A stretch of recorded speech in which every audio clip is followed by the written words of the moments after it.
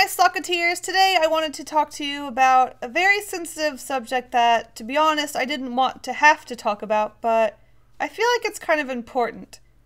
Well, you already know by the title of this video, but it's my facial reconstruction surgery story. Now, I know what you're thinking. No. I'm naturally this beautiful. Don't you worry about it. Yep, this is all natural beauty, but us sock people, we have to keep up appearances, and I wanted to tell you why. Socks have a much shorter lifespan than humans, and wear and tear happens a lot easier than you guys, so I wanted to tell you. If socks don't keep up with their appearances, it will drastically lower their lifespan. Now, you know, we're socks, we're not humans. If we don't keep up with our bodies, we will literally die years before we're supposed to die. Socks that you wear on your feet get much more wear and tear than sock people do because you wear them on your feet and they get holes. Sock people get wear and tear a lot differently than the socks on your feet, but it still happens. That said, how long do your socks last, huh? Not long, I'm sure. 2? 3 years? How would you feel if your life only lasted a couple years, huh? I want to live my life long. I want to take over the world! With you humans, you can eat freely. Nothing will happen. When I eat, yep, I get worn down. Did you see that Doodle Date collaboration on Casey's channel? Oh my god. That was the scariest. That was probably scarier than the washer and dryer experience of my life. It was terrifying. Hair has slowly been ripped out of my head. Does your hair well, I guess you lose hair as a human, but my hair pieces have slowly been ripped out. Like, felt doesn't last forever, you guys. Felt's not the best material, but it looks pretty cute, you know? Felt also pills and stains. Skin constantly replenishes yourself on you humans, but us sock people, material, it's just here and then it gets dirty. We don't have replenishing material skin. Think about that. Your body is not the same body. Your body is constantly shedding and making itself anew. Kind of creepy if you think about it. Another reason why I needed facial reconstruction surgery, it's Casey's fault. She created me during the Sketchbook Slam Challenge back in January. She was so busy during that time, she barely had time to even think about me, and she made me in like 30 minutes. So the stitches were bad, they were big, they were inconsistent. Basically, I was not the best me that I could be. In fact, Casey owed it to me to make me a better me.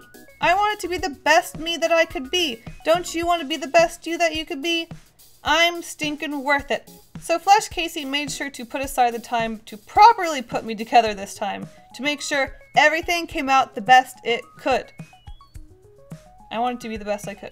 Also, I knew I was going to start my own channel, so I wanted to make sure I was the best me I could be. Brand new start for a channel, a brand dang spanking new me. I just want to be beautiful, okay? Gosh! So let's talk about my surgeon so I could at least recommend them to anyone else out there who needs surgery. You know, all you sock people that need assistance. Well, actually, it was Casey. Yep, I've seen much of Casey's work and I knew I could trust her with the job. Plus, she made me to begin with, so I knew she was going to be alright. Just like any surgery, we started off with a consultation. I wanted to make sure that I was going to be the best I could, and Casey wanted to make sure that she gave me everything I wanted. We started with a consultation, we talked about what work I wanted to be done, possible changes I wanted with my face and body, and of course, colors. Because I was changing a few things about myself, I had the option of change. But, to be honest, after I saw the options, I realized I wanted to stay true to myself as I could. So, we stuck with the original materials that I was made of. And we began. We started off by removing my mouth. You might think, wow, this must have been the most painful surgery ever. Well, it wasn't. Actually, I didn't feel a gosh darn thing. Us sock people don't actually have a nervous system, so yeah, it was pretty painless. She removed my mouth, and I gotta say, having no mouth is the weirdest and scariest thing ever. Oh my gosh, look at, I'm afraid, Trigger warning at this footage. After she removed my mouth, she got started on removing my eyes, which were the main reason why I got facial reconstruction surgery. My eyes have been on the verge of falling off for a long time. I've even gotten several comments about it in my Instagram pictures, on Casey's YouTube videos, my Instagram stories. There's always someone pointing out that my eye is about to ding-dang fall off. And it was. I wanted to make sure I got them reattached and a lot more secure than before. They were pretty hard to remove because it seemed like Casey did a great job before, but like I said, us sock people have a lot more wear and tear a lot faster than humans. So the eyes falling off it was going to happen, and it'll happen again one day. And with that, I had no eyes. Look at that. It's terrifying. After my eyes were removed, we started on my nose, which wasn't that important, but because we had already done so much work, I thought it would be best if we also replaced it. I had pretty minimal damage, but like I said, I wanted a fresh start, so off my nose went. It was at this point that we had decided we might as well remove the hair as well. During the original consultation, we had no plans of removing or replacing my hair, but after everything was removed, we had noticed a few pieces had been ripped off. Like, my bangs were kind of patchy. We decided it would be best to go ahead and replace it, and the only downside is that, well, the material Flesh Casey had used for my hair was nowhere to be found in Canada. She had a pretty good supply of felt locally where she lived in America, but here in Canada, the choices are pretty limited. She had two options, a darker brown or a speckled brown. After some thought, we decided to go with the darker hair, and I love it. After the entirety of my face was removed, Flesh Casey bathed me. I have no footage of this because I don't want to be demonetized, but wow, did it do wonders for my skin. I feel like a whole new sock. I knew I had a few chocolate and biscuit stains from the Tokyo Treat unboxing videos, but I was glistening after that bath. It was probably the best part about the surgery, honestly. If you go back and look at some of my Instagram posts, you can see a little chocolate stain on my skin. I'm glad it's gone.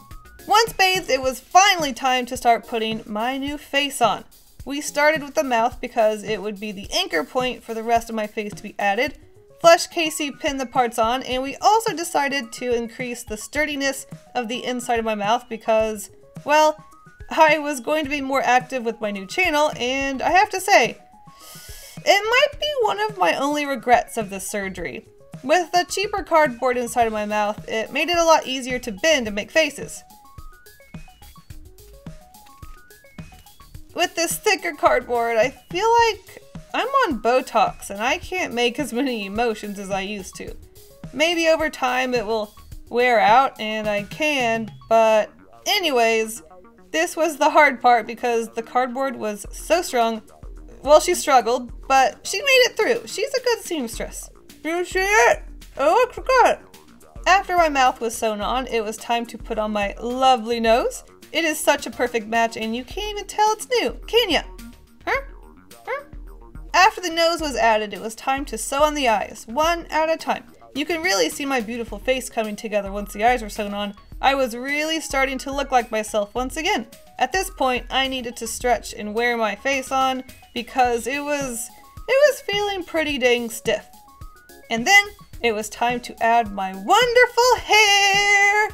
Flesh Casey and I had toyed with the idea of a new hairstyle, not entirely new, but we played around with the idea of sewing my sides together to help them keep my bangs down. But honestly, it didn't look right.